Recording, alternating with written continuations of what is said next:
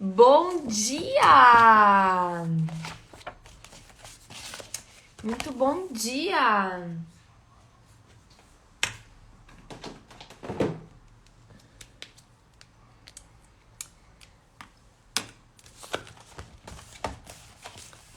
Buenos dias, buenos dias!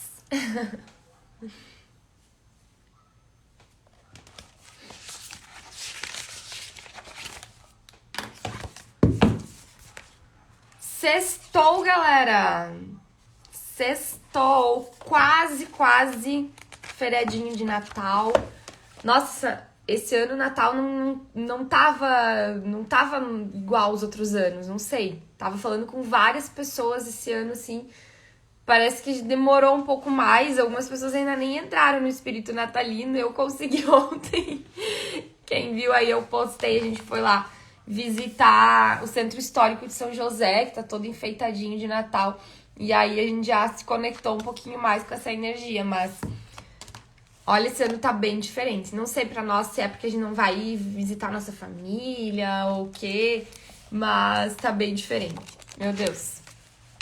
Muito bem, galera.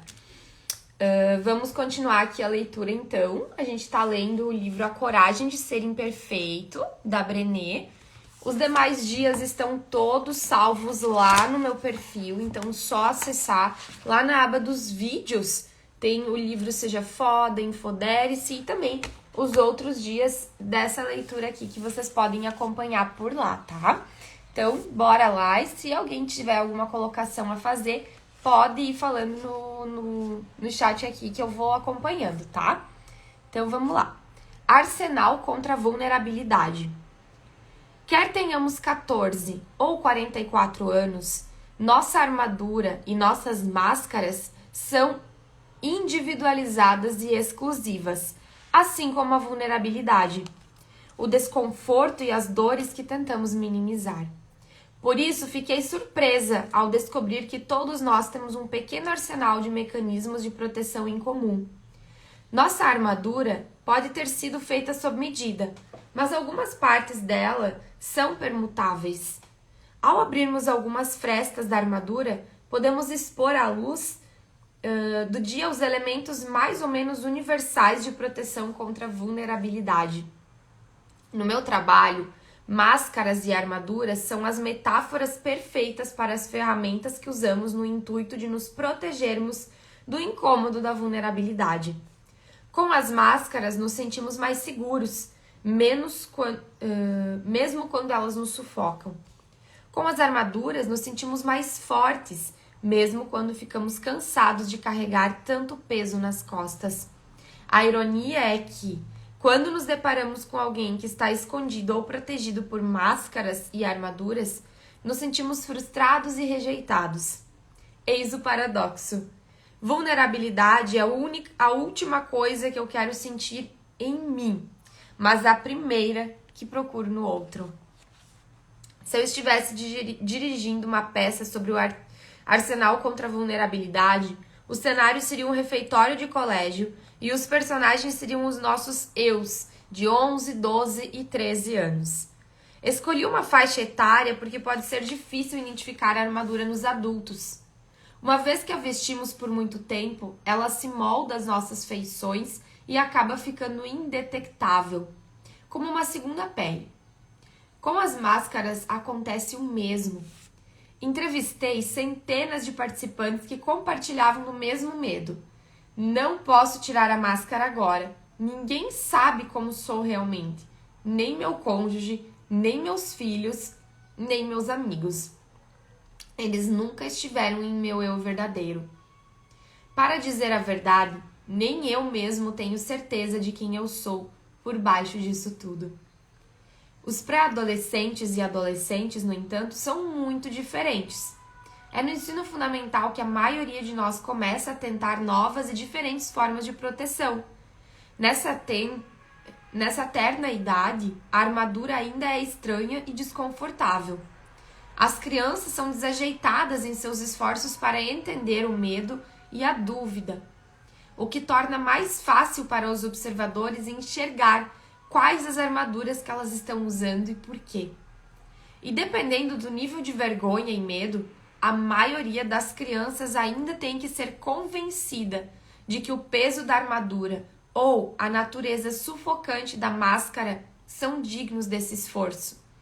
Elas vestem e tiram os personagens e proteções sem hesitação. E às vezes, na mesma sequência de frases.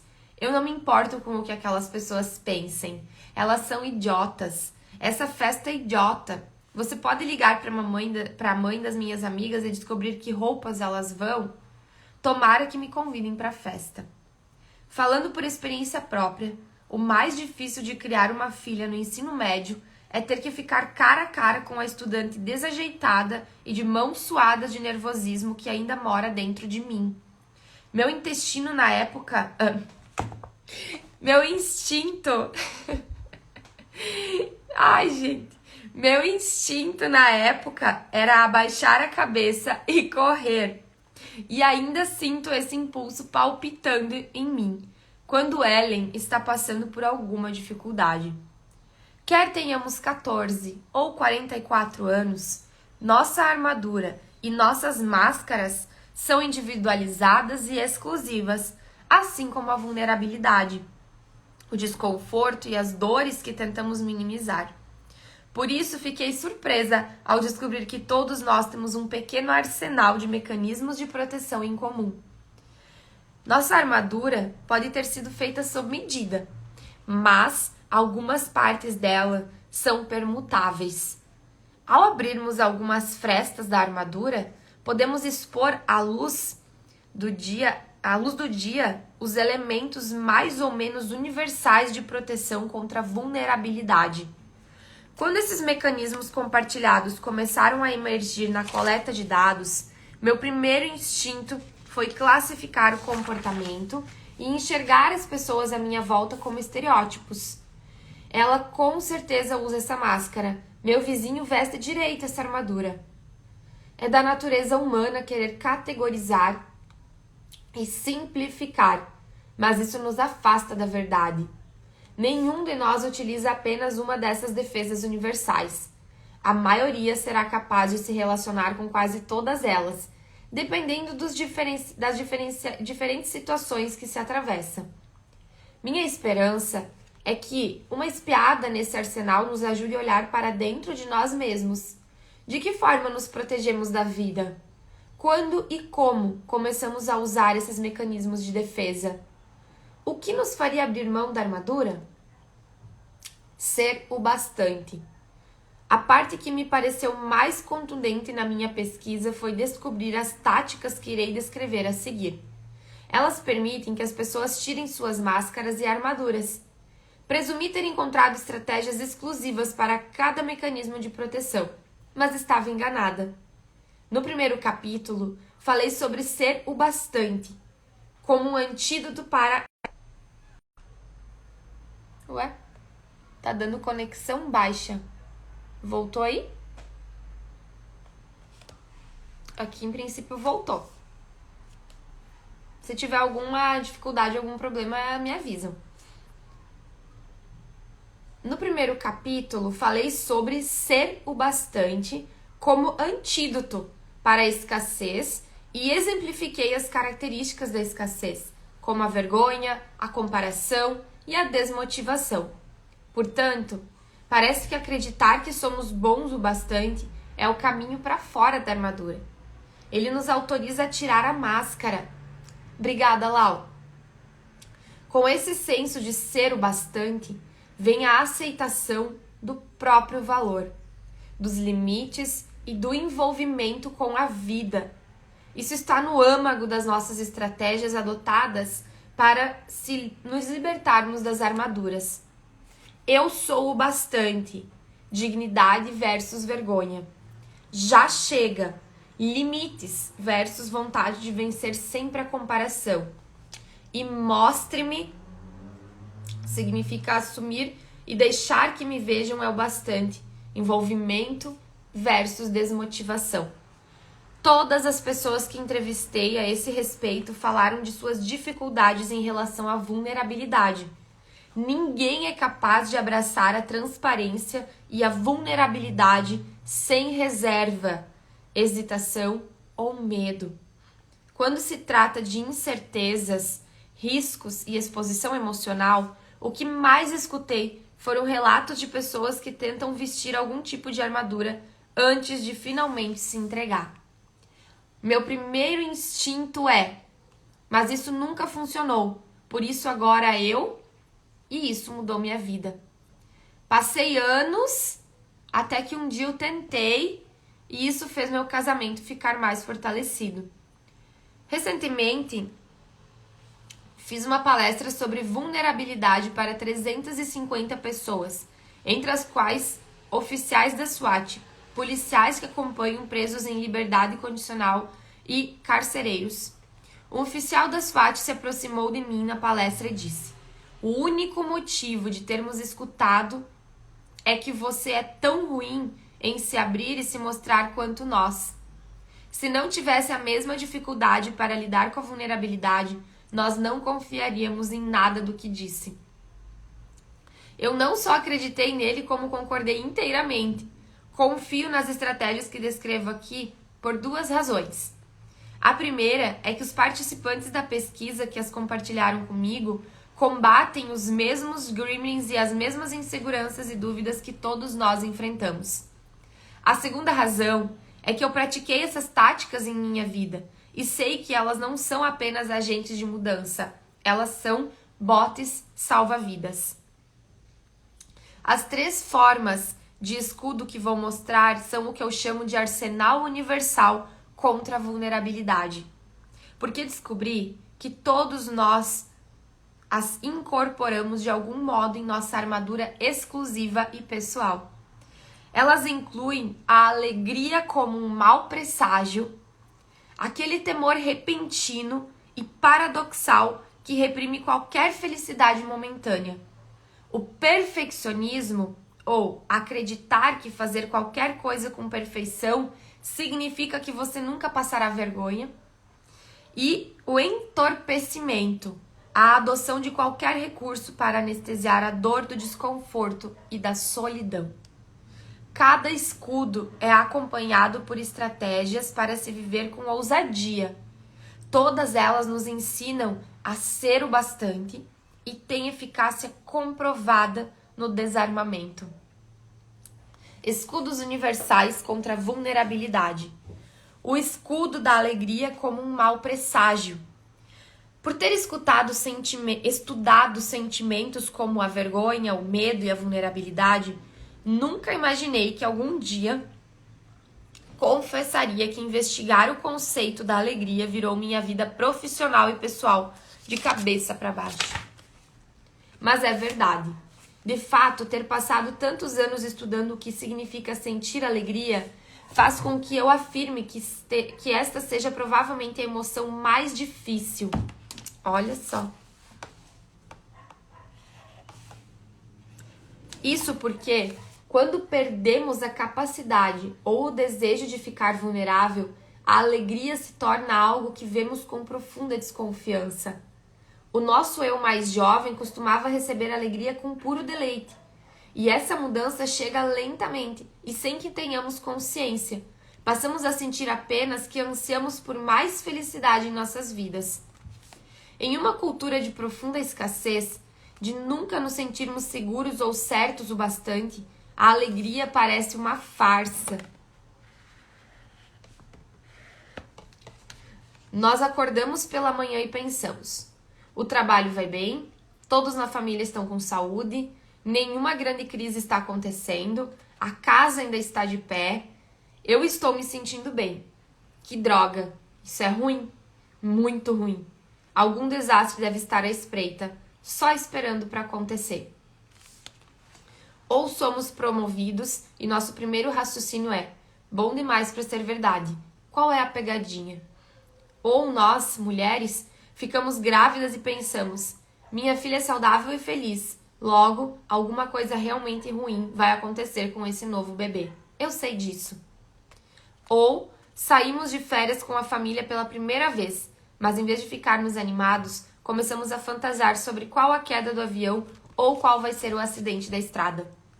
Quando perguntei aos participantes da pesquisa sobre as experiências que faziam com que se sentissem mais vulneráveis, eu não esperava que a alegria fosse uma das respostas. Esperava medo e vergonha, mas não os momentos felizes das suas vidas. Fiquei perplexa.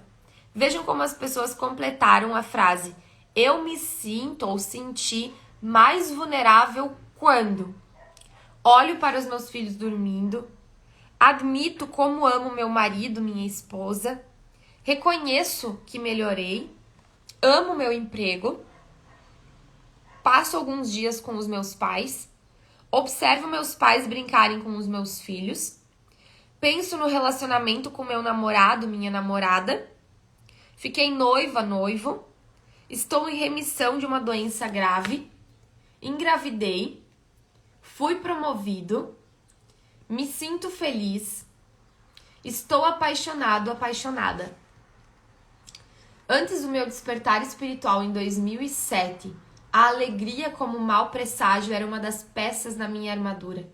Quando percebi a ligação entre vulnerabilidade e alegria, por meio do relato dos participantes, fiquei em choque. Eu considerava minha permanente preparação para um desastre um segredinho meu. Estava convencida de que era a única que contemplava os filhos enquanto dormiam e que no momento seguinte da onda do amor e da adoração, imaginava alguma coisa realmente terrível acontecendo com eles.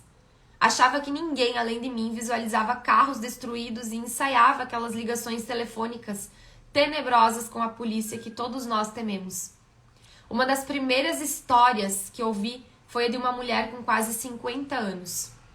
Eu costumava pensar em todas as coisas boas e imaginar os piores desastres possíveis que poderiam estragar tudo. Ela me disse: visualizava literalmente o quadro mais assustador e tentava controlar todas as consequências. Quando minha filha entrou para a faculdade dos seus sonhos, comecei a achar que algo muito ruim iria acontecer se ela se mudasse para tão longe. Passei o verão inteiro antes dela partir tentando convencê-la a estudar em uma faculdade local. Isso abalou a confiança dela e estragou nosso verão. Foi uma lição dolorosa. Agora cruzo meus dedos, fico grata, rezo e tento de todas as maneiras expulsar as imagens catastróficas da minha cabeça. Infelizmente, acabei transmitindo essa maneira mórbida de pensar para minha filha. Ela tem tido cada vez mais medo de tentar algo novo, sobretudo quando as coisas vão bem em sua vida. Ela me diz que não quer brincar com a sorte. Um homem na faixa de 60 anos me disse: eu costumava achar que a melhor maneira de levar a vida era esperando o pior. Desse modo, se o pior acontecesse, eu estaria preparado. E se não acontecesse, eu ficaria agradavelmente surpreso. Então, sofri um acidente de carro em que a minha mulher faleceu. É inútil dizer que esperar o pior não me preparou para nada. Ainda sofro por todos aqueles momentos maravilhosos que passamos juntos e que não desfrutei em sua plenitude. Hoje, meu compromisso com ela é aproveitar ao máximo todos os momentos. Eu só queria que ela estivesse aqui agora, que eu aprendi a fazer isso. Essas histórias ilustram de que modo o conceito de alegria como um mau presságio, utilizado como um método para reduzir a vulnerabilidade, vai desde ensaiar a tragédia até o que eu chamo de decepção perpétua. Alguns de nós, como a mulher de imaginação mórbida nas primeiras histórias, fantasiam o pior que pode acontecer quando a alegria bate a porta, ao passo que outros nem sequer a enxergam, preferindo ficar em um estado inerte de decepção perpétua. Para esses, é mais fácil viver decepcionado do que se decepcionar. Sem dúvida, é mais vulnerável mergulhar e sair da decepção do que montar acampamento nela. Nesse estado, sacrifica-se a alegria para evitar a dor. Ambas as atitudes contam a mesma história. Entregar-se aos momentos felizes da vida requer vulnerabilidade. Se você, assim como eu, já ficou vigiando o sono dos seus filhos e pensou: eu os amo tanto que dói, e no momento seguinte foi tomado por imagens de coisas terríveis acontecendo com eles, saiba que você não é louco, você não está sozinho. Cerca de 80% dos pais que entrevistei admitiram já terem passado por essa experiência. A mesma porcentagem é verdadeira para os milhares de pais com o que falei e trabalhei ao longo dos anos. Afinal de contas, por que fazemos isso? Uma vez que fazemos a ligação entre vulnerabilidade e alegria, a resposta é bastante direta. Estamos tentando vencer a vulnerabilidade à força. Não queremos ser surpreendidos pela dor. Como não queremos ser pegos de guarda baixa, ensaiamos as reações às piores possibilidades como defesa contra a decepção. Para os que ensaiam a tragédia, saibam que há uma razão para essas imagens inundarem sua mente no segundo seguinte ao que estão excludentes da alegria. Quando passamos a vida, consciente ou inconscientemente, fugindo da vulnerabilidade, nós nos fechamos para a incerteza, o risco e a exposição emocional da alegria. Queremos muito sentir mais alegria, mas, ao mesmo tempo, não suportamos a vulnerabilidade. E nossa cultura fortalece esse ensaio da desgraça. A maioria de nós possui um estoque de imagens terríveis que pode sacar no instante em que não conseguimos lidar com a vulnerabilidade. Quando faço palestras, costumo pedir às pessoas da plateia que levantem a mão se viram alguma coisa violenta na semana anterior. Em geral, cerca de 20% do auditório levanta a mão. Então, refaço a pergunta. Levante a mão se você viu noticiários, filmes e séries policiais ou documentários sobre crimes na última semana. Nesse momento, entre 80% e 90% da plateia levanta a mão. Ou seja, nós acumulamos um bom estoque de imagens mórbidas de que precisamos para alimentar o mecanismo da alegria com um mau presságio. Elas estão gravadas em nosso sistema neurológico. Somos pessoas visuais. Consumimos e armazenamos mentalmente o que vemos e confiamos nessas imagens. Lembro-me de estar em um carro com Steve e as crianças indo para a praia passar um feriadão. Meu filho Charlie repetia as piadinhas do tipo: O que é? O que é? Ah, aquela o que é o que é? Que aprendera no jardim de infância e nós estávamos muito felizes. Eu me percebi explodindo de alegria por estar ali com eles e, de repente, numa fração de segundo, quando a boa e velha vulnerabilidade me atingiu, lembrei-me de uma reportagem que mostrava um acidente horrível com uma família na estrada. Minha felicidade se transformou em pânico e me lembro de ter falado sem pensar: Diminua a velocidade, Steve. Ele olhou para mim com uma expressão confusa e respondeu: Querida, nós estamos parados. Viver com ousadia, praticar a gratidão. Mesmo aqueles que aprenderam a se render à alegria e abraçar a experiência não estão imunes aos tremores incômodos da vulnerabilidade que muitas vezes acompanham os momentos felizes. Eles apenas sabem usá-los mais como um lembrete do que como um sinal de advertência. O que descobri na pesquisa foi que é a natureza dessas lembranças que faz toda a diferença.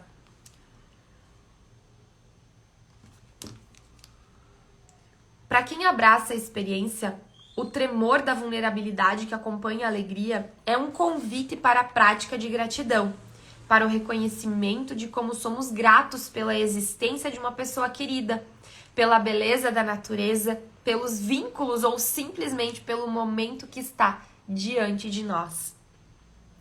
A gratidão, portanto, apareceu na coleta de dados como antídoto para a alegria como um mau presságio. Na verdade, todos os participantes que mencionaram a capacidade de estar receptivo à alegria falaram sobre a importância de praticar a gratidão.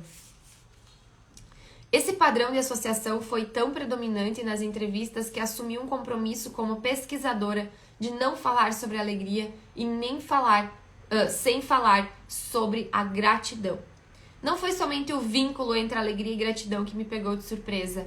Também fiquei espantada com o fato de os participantes da pesquisa descreverem sistematicamente tanto a alegria quanto a gratidão como práticas espirituais ligadas a uma crença nas conexões humanas e em um poder maior do que nós. Suas histórias e seus relatos aprofundaram essa questão e apontaram para uma distinção clara entre felicidade e alegria. Os participantes falaram da felicidade como uma emoção que está condicionada às circunstâncias, mas descreveram a alegria como um caminho espiritual que passa pela prática da gratidão e conduz à conexão com o mundo. Sabe que um dia numa conversa entre amigos, assim, e o pessoal, a gente começou a tirar umas cartinhas com umas perguntinhas e fazer algumas reflexões, a gente brinca de conversas profundas, né? A gente fala, vamos fazer conversas profundas, aí a gente vai, né? Vai longe. E aí, numa dessas brincadeiras e tirando cartinhas, uma das perguntas era, o que é felicidade pra você? E eu fiquei muito pensando, assim, a primeira coisa que me veio em mente, agora lendo ela, realmente faz muito sentido. Pra mim, ser feliz é conseguir se sentir grata. Tipo, se eu sinto gratidão, se eu consigo ser grata pelas coisas que eu tenho, eu sei que eu tô feliz, né? E aí, claro, entra toda a questão da vulnerabilidade, de entender que eu estou agradecendo pelas coisas boas que tem na minha vida, e pra isso eu preciso assumir. Eu preciso reconhecer essas coisas boas da minha vida. Eu preciso aceitar elas na minha vida sem medo de perder elas na minha vida. Olha só que louco. Uma vez que eu sou grata por tudo de incrível que tem ao meu redor, eu consigo me sentir feliz. Mas eu preciso sim trabalhar a minha mentalidade para entender que talvez todas essas coisas que hoje me fazem sentir grata e feliz, talvez não vão existir no meu futuro. Mas que novas virão. O que eu era muito grata no passado, talvez hoje já não faz tanta diferença na minha vida. Assim como hoje, eu vivo muitas orações. Como assim, Di?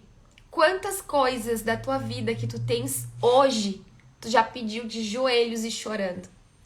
Quantas coisas que tu vive hoje já foram oração nos teus pedidos um dia? Nos teus pedidos de oração um dia. Em olhar ao teu redor e entender que talvez quando criança, adolescente ou há pouco tempo atrás, quantas coisas que tu vive hoje, tu já pediu para viver.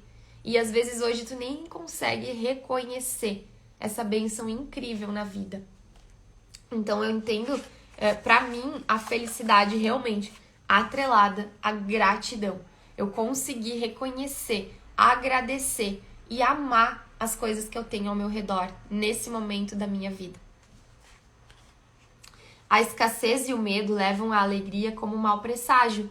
As pessoas têm medo de que a felicidade dure pouco, que não seja suficiente ou que a transição para a tristeza venha a ser muito difícil. Aprendemos que se entregar à alegria é, na melhor das hipóteses, se preparar para a decepção e, na pior, um convite à tragédia. E lidamos com a questão de autovalorização. Será que merecemos nossa alegria? Sendo pessoas tão incapazes e imperfeitas? Com tantas crianças famintas e tantas guerras no mundo, quem somos nós para nos sentirmos dignos de alegria? Se o oposto de escassez é o bastante, a abundância, então, ao praticar a gratidão, nós reconhecemos que há o bastante e que nós somos o bastante. Utilizo a palavra praticar porque os participantes da pesquisa mencionaram práticas de gratidão palpáveis, mais do que ter meramente uma atitude de gratidão ou se sentirem agradecidos. Eles deram exemplos específicos de práticas que incluíam desde manter diários de gratidão até realizar cultos de gratidão em família.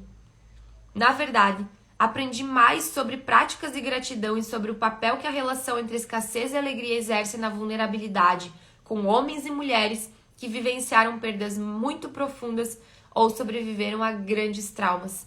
Isso inclui pais que perderam filhos, pessoas cujos familiares ou amigos sofrem com doenças terminais e sobreviventes de genocídio ou outros crimes. Muita gente me pergunta: você não fica deprimida conversando com as pessoas sobre vulnerabilidade, escutando os dramas e tragédias que elas contam? Minha resposta é: não, nunca. Isso porque aprendi mais sobre autovalorização, força e alegria com essas pessoas que compartilharam suas dificuldades comigo do que com qualquer outra parte do meu trabalho.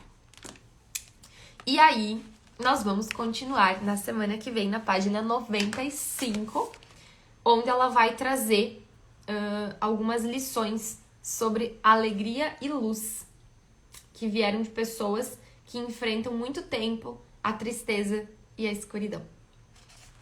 Então, continuamos segunda-feira por aqui.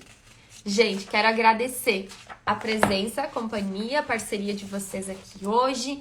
Obrigada também a quem eu sei que vai assistir depois. Tô amando os feedbacks de vocês. Continuem me mandando os insights, feedbacks. Fico muito, muito feliz mesmo em saber que tá fazendo sentido, né? Eu sei que muitas pessoas não conseguem acompanhar ao vivo, mas, como eu já disse, o intuito dessa live é trazer o conteúdo que eu estou estudando e aí depois quem sentir se conecta e vem ou participar ao vivo ou assistir gravado. Então, desejo para vocês um ótimo dia, uma ótima, incrível sexta-feira.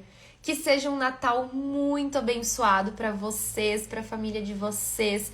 Que o renascimento surja no coração de vocês como uma luz que irradia esperança, amor, felicidade. Que seja realmente um fim de semana muito abençoado para vocês, as famílias de vocês e todo mundo. Um beijo no coração de vocês, um feliz, incrível Natal. E a gente se encontra aqui na segunda-feira. Beijão!